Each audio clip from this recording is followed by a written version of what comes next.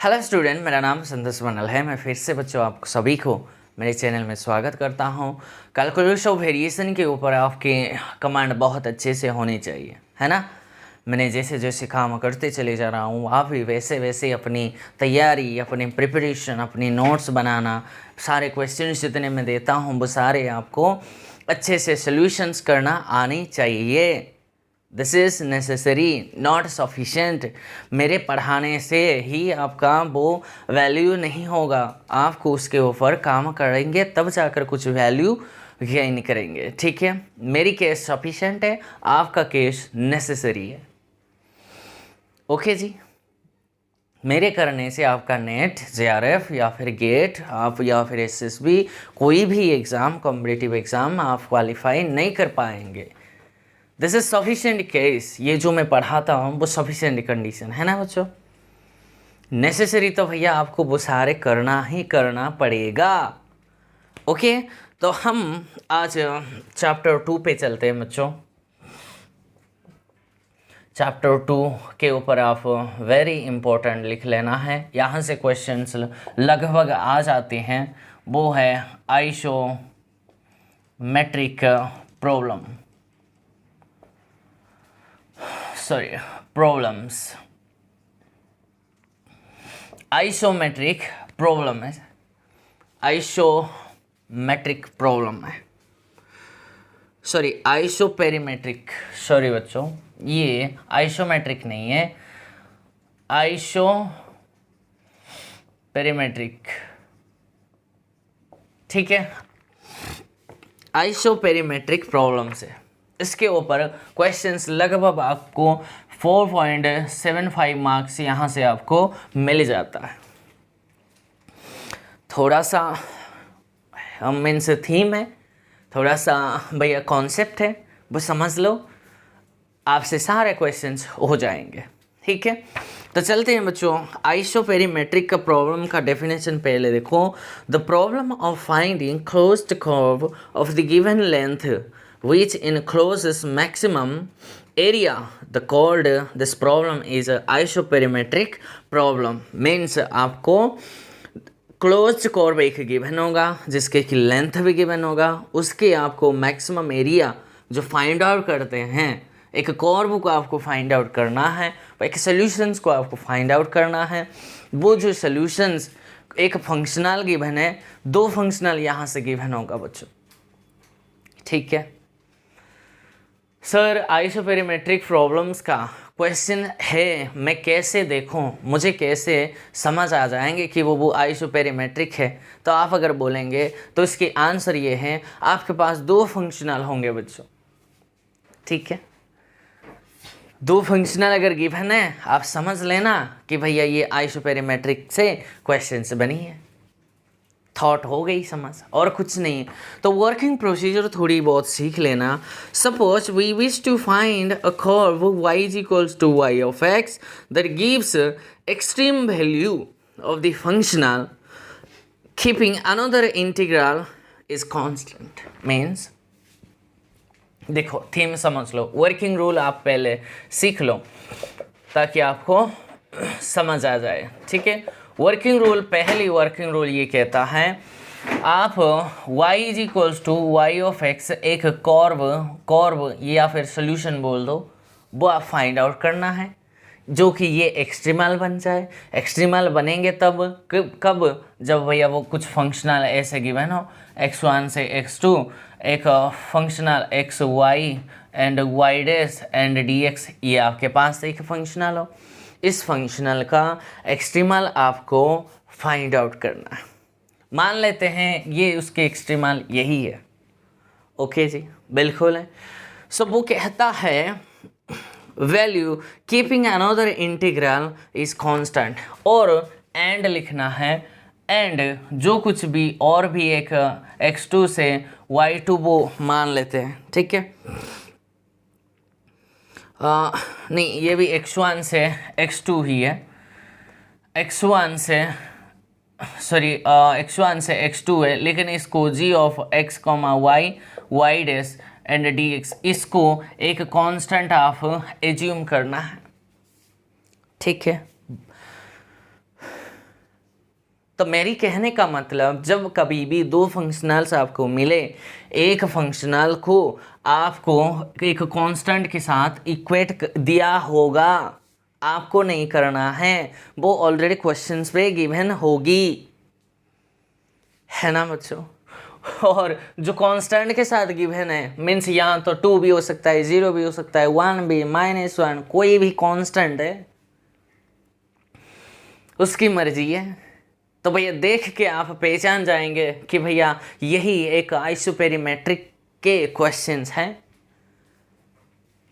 एक बार आपने समझ ली भैया, रिकॉग्नाइज कर दी, तो बात बन गई, आपका काम आसान हो गई, है ना बच्चों।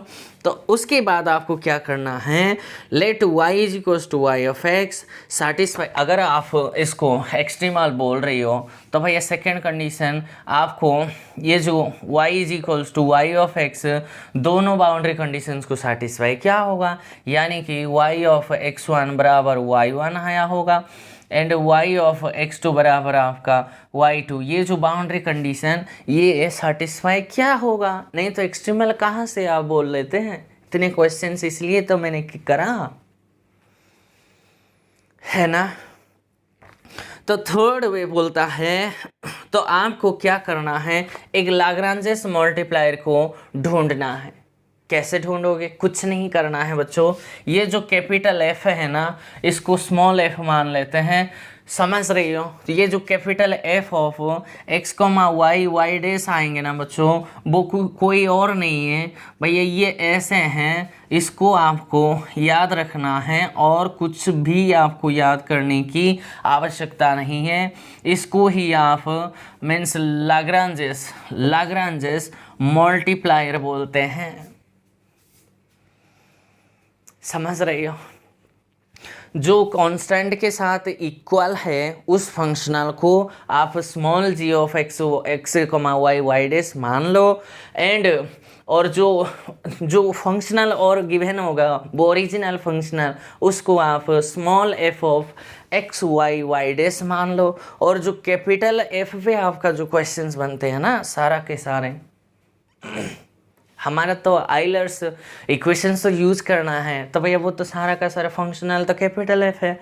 तो आपको एक ऐसा फंक्शनल बनाना है जो कि भैया इसके और इसके साथ ऐड करके, लेकिन जो कांस्टेंट के साथ इक्वट कर रही हो ना, जो गिवन होगा, ऐसे ही उस फंक्शनल के साथ जी लैम्बडा को मल्टीप्लाई करना है।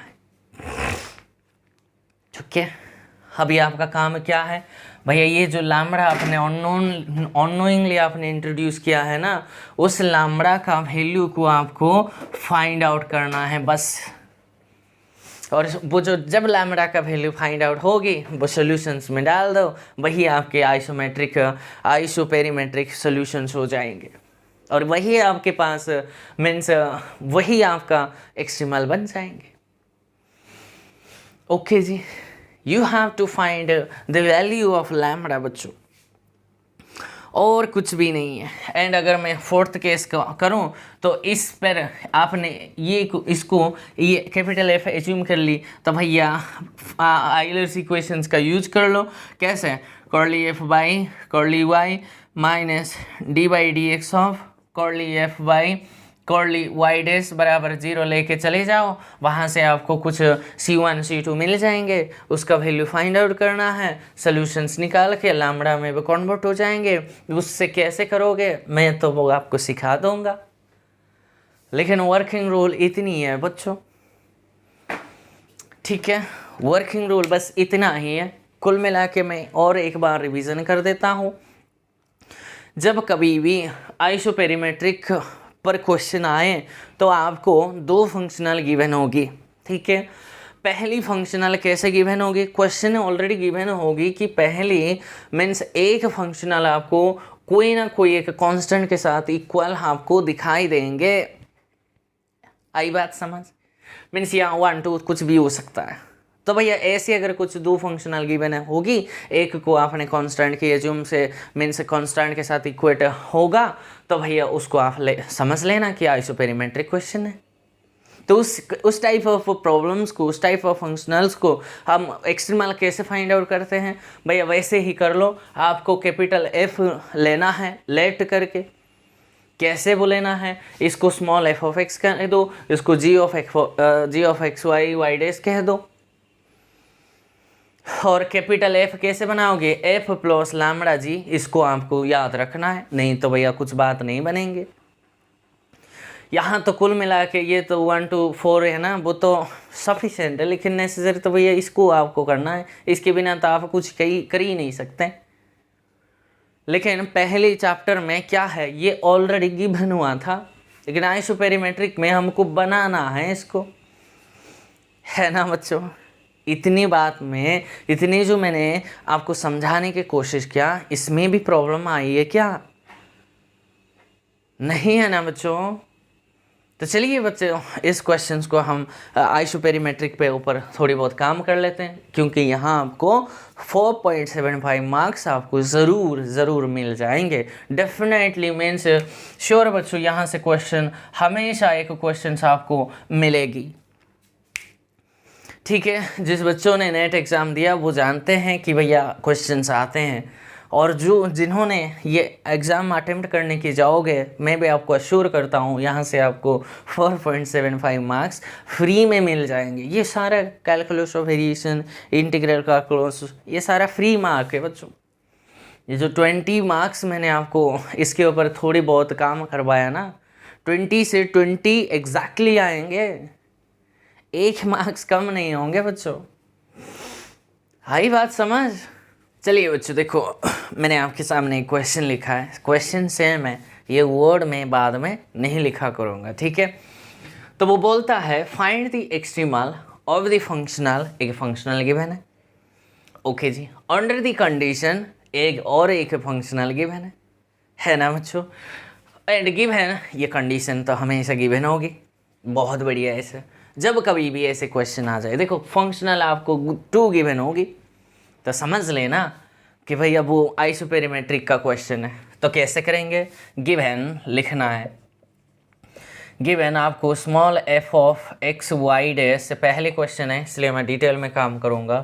तो वाई डैश स्क्वायर है, and g of x y dash क्या गिवन है बच्चों, वाई गिवन है। आई बात समझ, यही तो है ना बच्चों। ये कांस्टेंट की कोई एक कांस्टेंट के साथ ये फंक्शनल इक्वल गिवन है, तो भैया इसको ही हम जी ऑफ एक्स कहेंगे, और जो कुछ भी है ये स्मॉल एफ एक्स कहेंगे। F x means f of x y dash, है ना बच्चों, यही तो फंक्शनल। सो लेट करेंगे, let capital f x comma y and y dash बराबर क्या है बच्चों, small f of x y dash plus lambda time g of x y dash. यही तो करने के लिए मैंने आपको बोला था बच्चों, है ना। बस रख दो वैल्यू, रखने के बाद ये क्या हो गई बच्चों, y dash square plus y, ख़त्म हो गई, ये ख़त्म हो गई बच्चों। ये कैपिटल एफ है, ये आने के बाद क्या करोगे भैया, आइलर्स इक्वेशन। सो बाई लिखना है, बाई आइलर फर्स्ट इक्वेशन क्या है बच्चों, curly f by curly y minus d by d x of curly f by curly y dash बराबर 0 है। तो इस इक्वेशन को सॉल्व करना है आपका काम, तो वो विद रिस्पेक्ट टू वाई करना है, तो यहाँ 1 आ जाएंगे, and minus d by d x of with respect to y dash है, तो पार्शियली, तो भैया 2 वाई डैश बन जाएंगे, क्योंकि ये कांस्टेंट के तौर पे ट्रीट हो जाएंगे, उसके डेरिवेटिव 0 आएंगे। आई बात समझ, ये हो गई बच्चों ऐसे। तो मुझे बताओ कि भैया ये क्या होगा, तो भैया 1 माइनस विद रिस्पेक्ट टू एक्स से करना है, तो y double dash is equals to 0 बन जाएंगे। आई बात समझ। तो बच्चों यहाँ से क्या हो जाएंगे, y double dash minus 1/2 is equals to 0 हो जाएंगे। ये आपके पास सोल्यूशन नहीं है, यहाँ 2 बार डेरिवेटिव प्रेजेंट है, तो भैया क्या करने से ये कट जाएगी, इंटीग्रेशन करने से। तो बोथ साइड आप इंटीग्रेशन कर दो विद रिस्पेक्ट टू x, तो एक बार तो यहाँ कट जाएंगे y dash of x minus ये 1/2 x आ जाएंगे, प्लस में, है ना बच्चों, c1 बराबर 0। नहीं तो ऐसे कर दो, उसको वहाँ उठा के राइट हैंड साइड में ले जाओ, तो भैया ये क्या हो जाएंगे 1/2 x है प्लस में c1 है। क्लियर है। फिर से डेरिवेटिव प्रेजेंट है, इसको हटाना है, तो भैया इस पूरे क्वांटिटी को फिर से इंटीग्रेशन करना है विद रिस्पेक्ट टू x है। तो भैया यहाँ से लिख दो y ऑफ x बराबर आपके पास 1/2 इंटू में x² 2 प्लस में c1x प्लस में c2। बन गई ना बच्चों, बन गई ना, आई बात समझ। तो आपके पास सॉल्यूशंस क्या आ गई बच्चों, देयरफॉर आपने एक कर्व निकाल लिया y ऑफ x बराबर x² 4 है, x² 4 है, सॉरी यहाँ लैम्डा भी तो रहेगा बच्चों, ये मैंने लैम्डा को कैसे रख दी, तो यहाँ तो लैम्डा है ना, मैंने वो वाला कंफ्यूज से मैंने कर दी। तो भैया लैम्डा यही आ गई, तो यहाँ से भी ये तो फॉर्मूले ले जाएंगे, ये लैम्डा रह जाएगा बच्चों 1 की प्लेस में, ये 1 की प्लेस में लैम्डा रह जाएगी, और ये वाला लैम्डा ही है एंड ये वाला लैम्डा ही है। ठीक है, तो यहाँ से x² लैम्डा है, लैम्डा x² 4 प्लस में और तो कोई नहीं आए हैं c1x प्लस में c2। क्लियर है।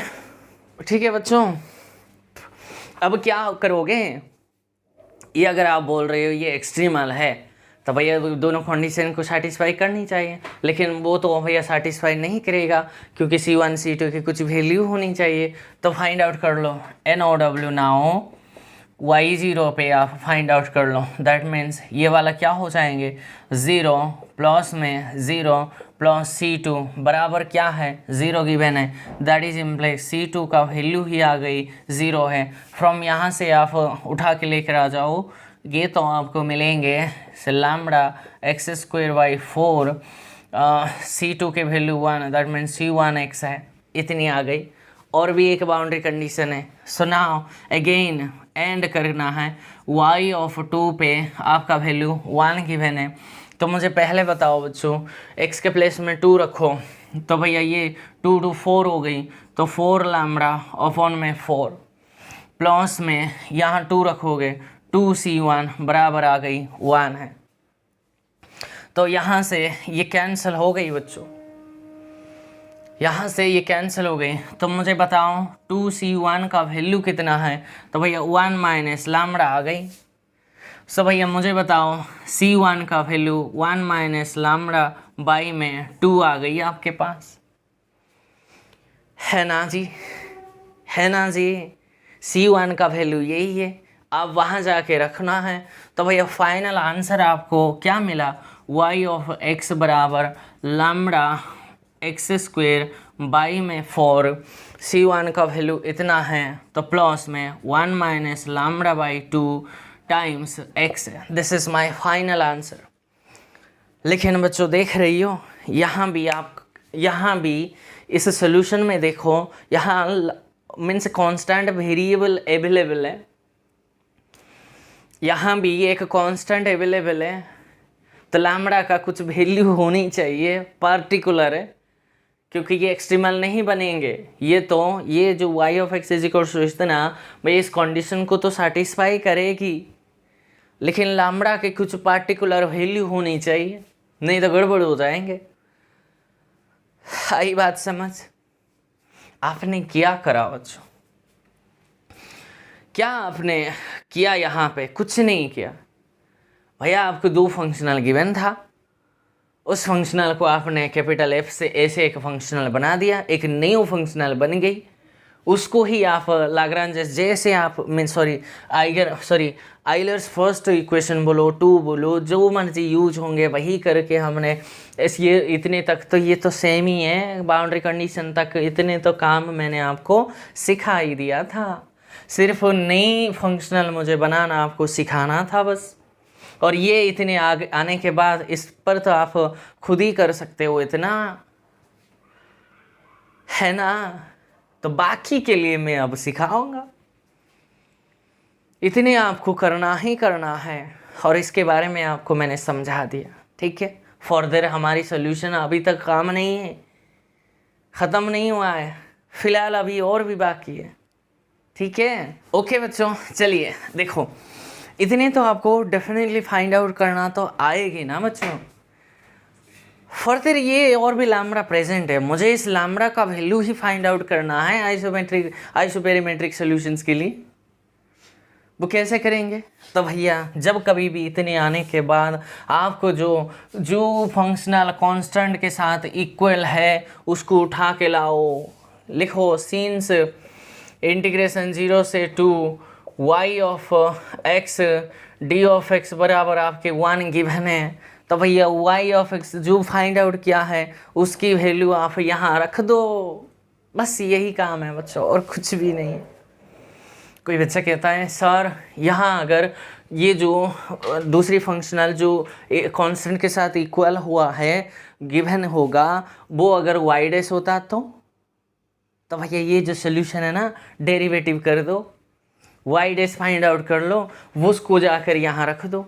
कोई बच्चा कहता है सर यहाँ अगर y डबल डैश है तो और एक बार डेरिवेटिव करो, y double dash find out करो, उसको यहाँ जा रहा के चिपका दो। ये मैं जनरल के लिए बात कर रहा हूँ। कोई बच्चा कहता है यहाँ अगर स्क्वायर है तो भैया इसका स्क्वायर करना है सारा का, a प्लस बी का है plus a plus b plus c कुछ भी स्क्वायर की फॉर्मूला आएंगे वो आपको खोल के समाधान करना है। आई बात समझ? जो कुछ भी है, मुझे यहाँ y ऑफ x गिवन है तब सीधा इसकी वैल्यू रख दूंगा। सो दैट इज सिंपलेस करके लिखो इंटीग्रेशन 0 से 2 ये वैल्यू रख दो, लैम्बडा x स्क्वायर अपन में 4 plus 1 minus lambda by 2 into x है, उसको dx से करना है इक्वल टू 1 है। और क्या है, इसको आप चेंज थोड़ी ना करोगे, नहीं करोगे।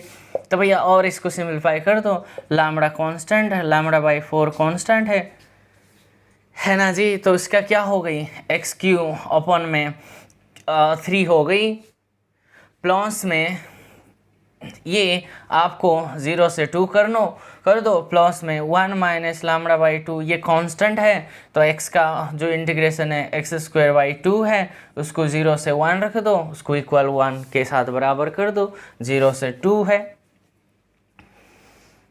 इसमें कोई भी प्रॉब्लम है क्या बच्चों? यहाँ क्या हो गई, तो भैया लैम्बडा अपन में 12 तो कांस्टेंट है, तो भैया ये क्या हो गई 2 की पावर 3 8 माइनस 0 है, प्लस 1 माइनस लैम्बडा अपन में 4 हो गई, ये कांस्टेंट है। यहाँ से क्या हो गई 4 माइनस 0 है बराबर 1 है। ये बात समझ बच्चों? यहाँ से मुझे बता सकते हो क्या आ गई, ये 4 से कैंसिल हो गई, और ये 8 है ना, ये 4 है तो यहाँ 2 है, इसमें इसको 3 कर दो तो लैम्बडा बाई 6 आ गई है ना, प्लस में 1 माइनस लैम्बडा ये वाला वैल्यू रह गई इज इक्वल्स टू 1 है। तो फिर से सिंप्लीफाई कर दो, तो लैम्बडा प्लस में 6 minus 6 lambda and is equals to 6 हो गई। एलसीएम मैंने 6 ले दी और डायरेक्टली मल्टीप्लाई कर दी, और इसकी वैल्यू कितनी आ गई बच्चों, माइनस का 5 लैम्बडा बराबर 6 माइनस 6 0 हो गई, एंड लैम्बडा का वैल्यू आ गई फाइनली 0 हो गई। सर ये तो लैम्बडा का वैल्यू आपने फाइंड आउट किया, इसके बाद क्या करोगे, इसको मिटाओगे और क्या करोगे बच्चों, इसको मिटाने के बाद याद से रख दो देयरफॉर y ऑफ x बराबर, यहाँ से इसका वैल्यू उठा लो। तो कुल मिला के ये मोस्ट इम्पॉर्टेंट इक्वेशन है, तो उसका कुछ ना कुछ नाम दे दो। मैंने 1 दे दिया, फ्रॉम 1 लिख लो, फ्रॉम 1 से लैम्बडा का वैल्यू 0 रखो, यहाँ 0 यहाँ 1/2 हो जाएंगे, 0 प्लस 1/2 x है, that is implies x/2, this is your extremal है। अगर बोल रही हो फर्दर वेरिफिकेशन अगर करना चाहते हो तो सर अगर ये आपने एक्सट्रीमल बोला तो वो बाउंड्री कंडीशन को दोनों सेटिस्फाई करना चाहिए, तो देखो ना 0 पे 0 आना चाहिए, y 0 पे 0 ऑफ कोर्स आ रहा है, एंड y 2 पे 1 होनी चाहिए, यस 2 पे 2/2 1 है, यस दोनों कंडीशन को सेटिस्फाई किया एंड यही एक्सट्रीमल आपके पास आया, तो यही आपके पास एक्सट्रीमल बन जाएंगे corresponding to this functional under this condition. ऐसे बोलना है बस, हो गई बच्चों। ऐसे ही क्वेश्चंस करना है और एक क्वेश्चंस करके आपको मैं सारा काम दे दूंगा, वही तो सेम प्रोसीजर है। ठीक है बच्चों, नेक्स्ट क्वेश्चन पे चलते हैं बच्चों। क्वेश्चन का वर्ड्स मैंने नहीं लिखा है क्योंकि सेम है, तो भैया सोल्यूशंस आपको करना है। क्या बनाना है? कैपिटल एफ बनाना है। कैसे? Small f lambda time small g. मैंने और भी नहीं लिखा, तो यही तो बनाओगे। बिल्कुल सर, एफ क्या है? यही है, तो वाई डेस का स्क्वायर प्लस लैम्डा टाइम जी क्या है अब की बार? वाई है। ठीक है, आई बात समझ बच्चों। इसकी सॉल्यूशंस के बारे में अगर पूछेंगे तो मैं आपको अभी आपने किया है ना, इसकी सॉल्यूशंस तो बच्चों आपने अभी किया है ना, सेम क्वेश्चंस मैंने उठाया है, सिर्फ थोड़ी बहुत मैनिपुलेट करना है। तो भैया देयरफॉर y ऑफ x का वैल्यू मैं सीधा ही लिखता हूँ lambda x square by 4 plus c1x plus में c2, यही था ना, है ना बच्चों, यही था। और मैंने रख दी और मेरे टाइम सेव हो गई। तो अब मुझे बताओ इसकी कंडीशन पे यूज करना है, y ऑफ 1 आपको वैल्यू कैलकुलेट करना है। तो भैया ये lambda by 4 plus c1 plus c2 हो गई। इसकी वैल्यू आपको 3 गिवन है, सो दैट इज इम्प्लाइज। तो अगर मैं इसको देखूं तो ये क्या बन गई बच्चों? c1 प्लस में c2 बराबर 3 माइनस लैम्डा बाई 4 आ गई। और इसको अगर मैं लिखूं so that means 12 minus lambda by 4 है। ठीक है, c1 c2 का वैल्यू इतना आ गई, इसको वन साइड में रख दो। एंड आप y ऑफ कितना है 4 कैलकुलेट कर लो। y ऑफ 4 पे आप कैलकुलेट करोगे तो आपको y का मीन्स x के प्लेस में 4 रखना है। 4 रखोगे तो 4 का स्क्वायर आपको 16 मिलेंगे। 16 दैट मीन्स 16 बाई 4 वो 4 से कैंसिल हो जाएंगे, है ना बच्चों। तो 4 लैम्डा आ गई प्लस 4c1 प्लस में c2। और अगर मैं इसको कैलकुलेट करूं 4c1 प्लस c2 का वैल्यू यहाँ से वो इसकी वैल्यू कितने गिवन है बच्चों? 24 है। सो 24 माइनस 4 लैम्डा आ गई, तो ये आपके वैल्यू हो गई 2। आप अगर c1 c2 को ऐड करोगे, सॉरी सब्सट्रैक्ट अगर करोगे तो भैया ये c2 कैंसिल हो जाएंगे, c1 का वैल्यू आपको कुछ ना कुछ मिल जाएगी। ठीक है, तो आप इसको इस इक्वेशंस को तो कैलकुलेट कर सकते हो ना बच्चों। तो कैलकुलेट करके देखना, c1 का वैल्यू 84 माइनस 15 लैम्डा अपॉन में 12 आएंगे एंड c2 का वैल्यू लैम्डा माइनस 4 आएंगे। ठीक है, और यहाँ से जाके रख दो, इस इक्वेशन पे जाकर c1 c2 का वैल्यू रख दो। रखने के बाद y(x) आपको मिल जाएंगे और इसकी वैल्यू जाकर यहाँ रख दो। और इस सिंप्लीफिकेशन आपको इंटीग्रेशन आता है और इस इंटीग्रेशन को सॉल्व करो तो भैया लैम्डा का वैल्यू आपके पास 4 ही आ जाएंगे। लैम्डा का वैल्यू 4 आ गई। आने के बाद बच्चों यहाँ से जाके रखोगे तो सॉल्यूशंस आप फर्दर जाके सॉल्व करोगे। y ऑफ x का वैल्यू एक पैराबोला आएंगे और उस पैराबोला का मैं आंसर ही लिख दूंगा ताकि वो सारे बच्चे को समझ आ जाए। ठीक है, इसके आंसर है एक्स स्क्वायर प्लस 2x, जो कि ये पैराबोलिक है, तो है ना। अगर चाहिए तो, अगर कर नहीं पा रही हो तो वो कर लेना है। ठीक है, इसी के साथ बच्चों ये आइसोपेरिमेट्रिक पे क्वेश्चन हुआ ख़त्म। ये तो c1 c2 आप फाइंड आउट कर सकते हैं ना बच्चों। इसमें भी थोड़ी बहुत दिक्कत आएंगे तो हम हैं सारे बातें कर देंगे। ठीक है, और जितने भी क्वेश्चन आएंगे कर दोगे, बस आपको कुछ काम नहीं करना है, इसको बनाना है। You have to make this, and by this you have to use Euler's equation first. If a first Euler equation is not satisfying, then you have to use a second Euler's equation. And for that second Euler equation, you will get the means possible candidates of means possible means extremal. Further, if these two conditions are satisfied simultaneously वो भी, then you get some C1 and C2 values and put this C1 C2 values in equation 1 if you are considering this is 1, and you will get again the equation, that means solution, and only one lambda जो है ना non constant means constant, you have to find this lambda also by putting this equation in a second means functional whose functional is equated already, वो जो functional कोई एक constant के साथ equate हुआ है वहाँ जाके आपको रखना है, and solve the integration very carefully, and you will get the value of lambda, and further you have to put this value in equation 1 and the final answer will definitely obtain. इतना तो करना है, ठीक है। यही हुआ chapter 2, आपको 4.75 marks यहाँ से मिल जाएंगे। इसमें कोई प्रॉब्लम आते हैं तो आप मुझे बताना है। तो हम चैप्टर 3 पर चले जाएंगे, उसके ऊपर थोड़ी बहुत बात करके आज की वीडियोस को हम ऑफ करेंगे। तो बच्चों 3rd चैप्टर पे आ जाओ। थोड़ा तबीयत ख़राब है तो जल्दी मैं ख़त्म कर दूँगा, तो आप मेरे साथ हो इसलिए थैंक यू। एंड ये जो है ना बच्चों, चैप्टर का नेम लिख लो, फंक्शनल इन्वॉल्विंग सेवरल या फिर डिफरेंट डिपेंडेंट वेरिएबल, ठीक है बच्चों।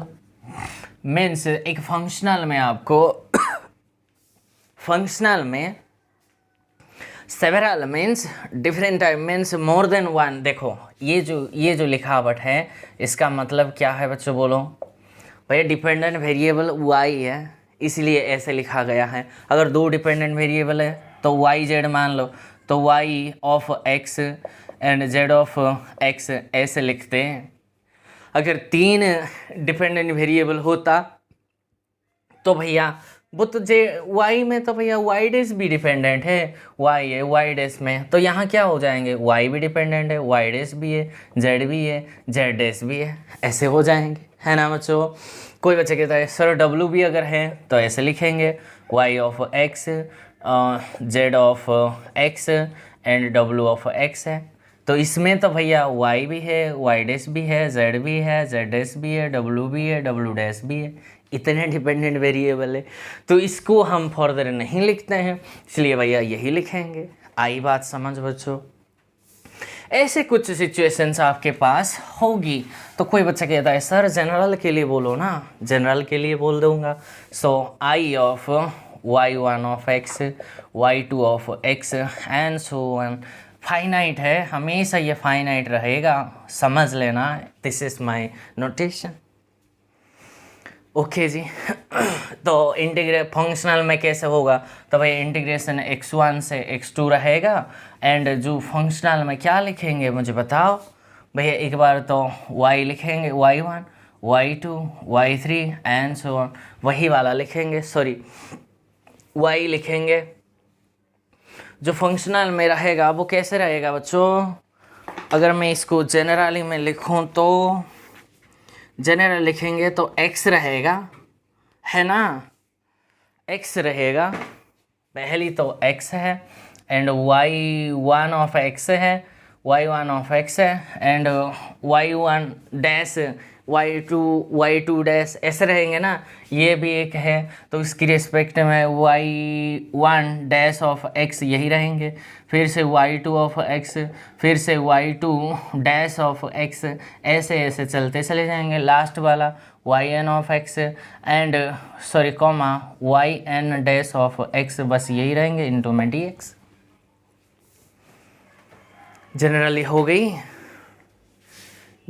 हो गई बच्चों, वो dx है, मैंने तो बोल दिया, अगर आपको दिखाई नहीं दिया तो वो आप समझ लेना, वो dx है, ठीक है। और कंडीशन में क्या आएंगे, y1 ऑफ x पे मीन्स कुछ भी w1 ले लो या फिर z1 ले लो, कुछ भी उन्होंने आपको इंट्रोड्यूस करना है, ठीक है।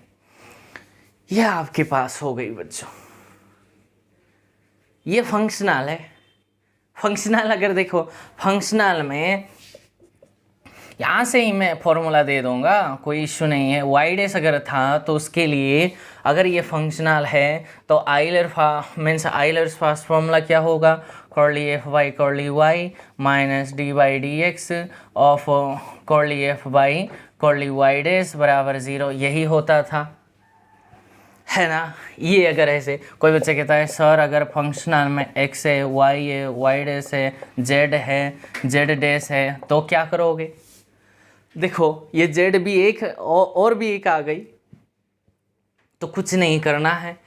तो पहली वाला ऐसे लिखेंगे, विद रिस्पेक्ट टू वाई से आपको बनाना है curly f by curly y minus d by d x of curly f by curly y dash, ख़त्म, इज इक्वल टू 0। ये सेपरेटली आपको कैलकुलेट करना है। एंड जेड भी एक डिपेंडेंट है, तो उसकी रिस्पेक्ट में कर्ली एफ बाई कर्ली, देखो जब y की रिस्पेक्ट में था तो आपने d curly f by curly y करा। अगर ये z की रिस्पेक्ट है तो यहाँ z लिखो ना, माइनस है तो minus, d by d x तो वैसे ही रहेंगे। And curly f by curly किस में रहेंगे बच्चों, ये y डेज था तो ये क्या बन जाएंगे, z dash is equals to 0। बस यहाँ अगर मीन्स यहाँ एक डिपेंडेंट है इसकी रिस्पेक्ट में तो ये आया, इसकी वजह से ये फंक्शनल बना, है ना, समझ रही हो। तो ये z देखो यहाँ y एंड z ये भी तो डिपेंडेंट है, ये भी डिपेंडेंट है, लेकिन जनरली डिपेंडेंट तो भैया ये है, दो डिपेंडेंट वेरिएबल है, तो भैया दो सेपरेटली आइलर्स इक्वेशन बनेंगे। कोई बच्चा कहता है अगर 3 है तो एंड करके, अगर w में है तो और w में लिखेंगे and curly f by curly w minus d by d x of curly f by curly w dash is equals to 0, ऐसे बनाते। आई बात समझ बच्चों। यहाँ इसके लिए मैंने और w एंड w डेज बनाना होगा। कोई बच्चा कहता है सर अगर यहाँ t1 t and t days भी एक अगर फंक्शन मीन्स और भी डिपेंडेंट वेरिएबल है तो और एक एंड करके लिखेंगे curly f by curly t minus d by d x of curly f by curly t dash is equals to 0।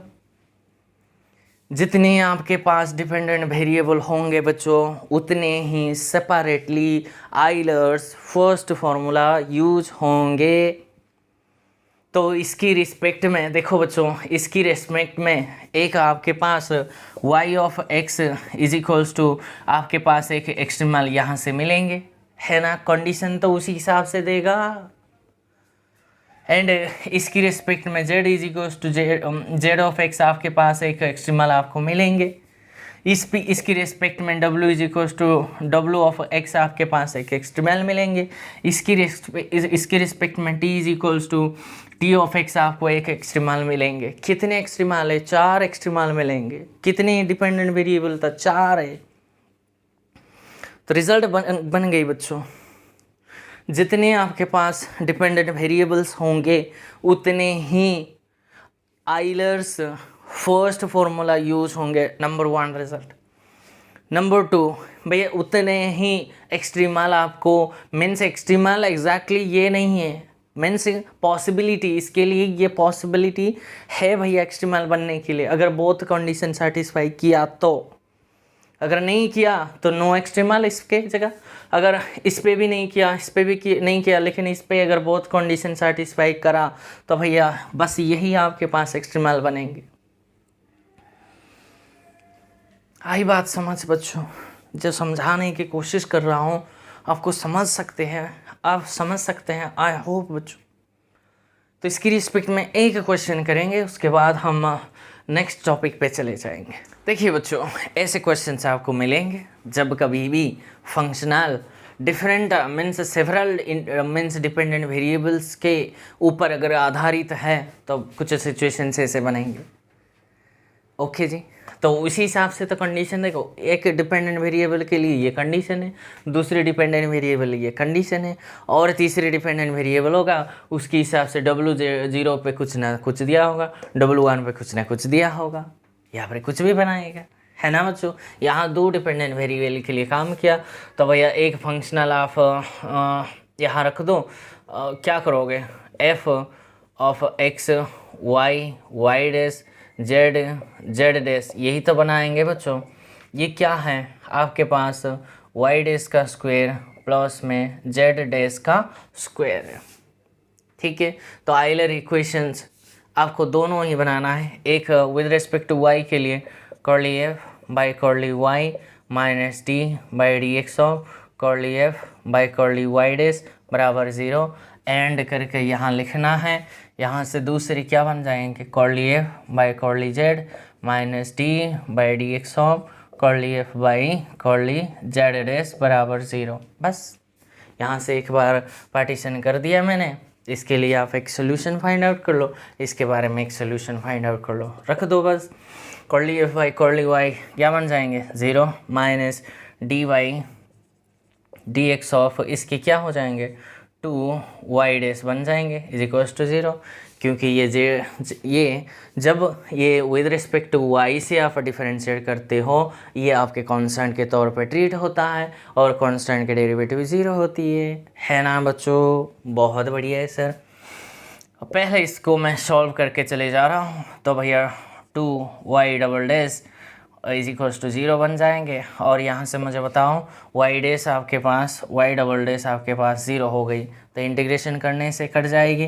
तो पहले इंटीग्रेशन करेंगे तो ये वाई डैश बन जाएंगे is equals to C1 and दूसरी बार अगर इंटीग्रेशन करोगे तो भैया C1x प्लस C2 आ जाएंगे। और बाउंड्री कंडीशन गिवन है तो यूज कर दोगे y 0 पे 0 गिवन है, दैट इज इम्प्लीस 0 प्लस C2 बराबर 0, दैट इज इम्प्लीस C2 का वैल्यू ही 0 आ गई है ना बच्चों। और क्या है, y1 पे 1 है, y1 पे 1 रखोगे तो भैया C1 प्लस 0 हो गई है। तो यहाँ से रखोगे तो भाई y ऑफ x बराबर आपके पास C1x आ गई।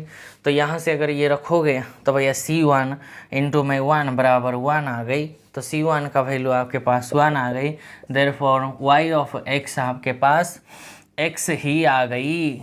तो दिस इज़ माई एक्सट्रीमल, ये बनेगा इसके लिए विद रिस्पेक्ट टू y के लिए यही एक्सट्रीमल है। चेक करना चाहते हो करो, y 0 पे 0 आना चाहिए, हाँ जी आ रहा है, y1 पे 1 आना है, हाँ आ गई, तो एक्सट्रीमल बन गई है ना। तो विद रिस्पेक्ट टू z के लिए क्या करोगे, यहाँ रखोगे। जब विद रिस्पेक्ट टू z पे काम करते हो y एंड y डैश वो सारे कांस्टेंट के रूप में ट्रीट हो जाएंगे। तो भैया ये कांस्टेंट के रूप में ट्रीट हो जाएंगे, इसकी डेरिवेटिव 0 है, तो भैया यहाँ 0 आ जाएंगे minus d by d x of with respect Z dash, तो भैया 2 जेड डैश बराबर 0 आ जाएंगे। यहाँ से भी जेड डबल डैश आ जाएंगे इज इक्वल्स टू 0 के बराबर।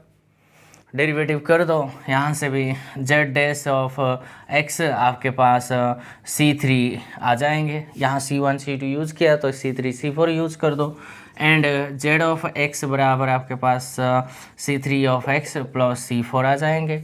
वैसे ही आपको यूज़ कर दो, देयरफॉर जेड ऑफ 0 क्या आ जाएंगे, जेड ऑफ 0 भैया 0 गिवन है तो यहाँ रख दो। तो भैया C3 दैट मीन C4 का वैल्यू 0 आ गई, तो भैया जेड ऑफ x का वैल्यू आ गई C3 ऑफ x है। और भी एक बाउंड्री कंडीशन है, जेड ऑफ 1 आपके वैल्यू 2 गिवन है, सो भैया यहाँ से रख दो 2 C3 बराबर आपके पास C3 का वैल्यू आपके पास 2 ही आ गई, क्योंकि x के प्लेस में 1 रखना है। C3 का वैल्यू 2 आ गई, तो यहाँ जाके मीन्स यहाँ जाके रख दो, देयरफॉर जेड ऑफ x बराबर 2x है। This is your extremal. Check करना चाहते हो करो। जेड 0 पे 0 आना चाहिए, हाँ जी 0 आएगा। जेड 1 पे 2 आना चाहिए, हाँ जी बिल्कुल है। सो दो आपके पास डिपेंडेंट वेरिएबल था, उसके रिस्पेक्ट में मैंने सोल्यूशन फाइंड आउट किया, दोनों ही बाउंड्री कंडीशन इसको सेटिस्फाई करते हैं, तो यही एक्सट्रीमल बना। यहाँ भी विद रिस्पेक्ट टू जेड के हिसाब से मैंने काम करने के शुरू किया है। तो भैया बाउंड्री कंडीशन ये भी सेटिस्फाई करता है जो गिवन है। इसको करोगे क्या, यहाँ वो तो जनरल मीन्स कॉमन सेंस ही है, वही जेड के रिस्पेक्ट में आपको यूज़ करना है। ऐसे ही काम करोगे बच्चों, इसमें कोई प्रॉब्लम दिक्कत बहुत ही आसान है। मैंने कहा था अभी कैलकुलस ऑफ वेरिएशन बहुत ही ईजी टॉपिक है। यहाँ से 9 मार्क अगर आपका 1-2 मिनट में आ जाता है, 5 मिनट लगा लो, 9 मार्क्स अगर 5 मिनट में आता है तो भैया उससे भी ज़्यादा बढ़िया बात और क्या हो सकती है। ठीक है, इस एग्ज़ाम को पार करने के लिए ये जो छोटी छोटी सब्जेक्ट होती है ना, बहुत काम का चीज़ है। ओके, ये बच्चे समझ नहीं सकते हैं, वही विश्वास ही नहीं कर पाते हैं। यार सर रियल पे भैया छोड़ो ना, वो बातें करेंगे। अक्टूबर 1 में मैं शुरू करूँगा रियल और ख़त्म भी करूँगा। विद इन 1 मंथ में ख़त्म करने की कोशिश करूँगा, अगर हो सके तो हो जाएंगे भी। ठीक है,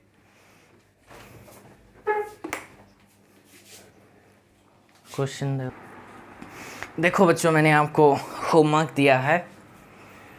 चैप्टर 2 में 2 क्वेश्चन दिया है, चैप्टर 3 के लिए 3 क्वेश्चन लिया है। ठीक है, क्योंकि इसके ऊपर 2 क्वेश्चंस ऑलरेडी कर चुका था, इसलिए 2 दे दिया। और उसको बहुत अच्छे से प्यारी प्यारी एक्सरसाइज बना के A to Z आंसर्स आपको लिख के रखना है। ठीक है, और इसी के साथ बच्चों आज के वीडियो को मैं ऑफ करना चाहता हूँ। तो हम मिलेंगे फिर कल, जो wasters function and legendary function के ऊपर हम काम करेंगे, जो कि श्योर 4.75 मार्क्स आपको वहाँ से श्योर कट मिल जाता है।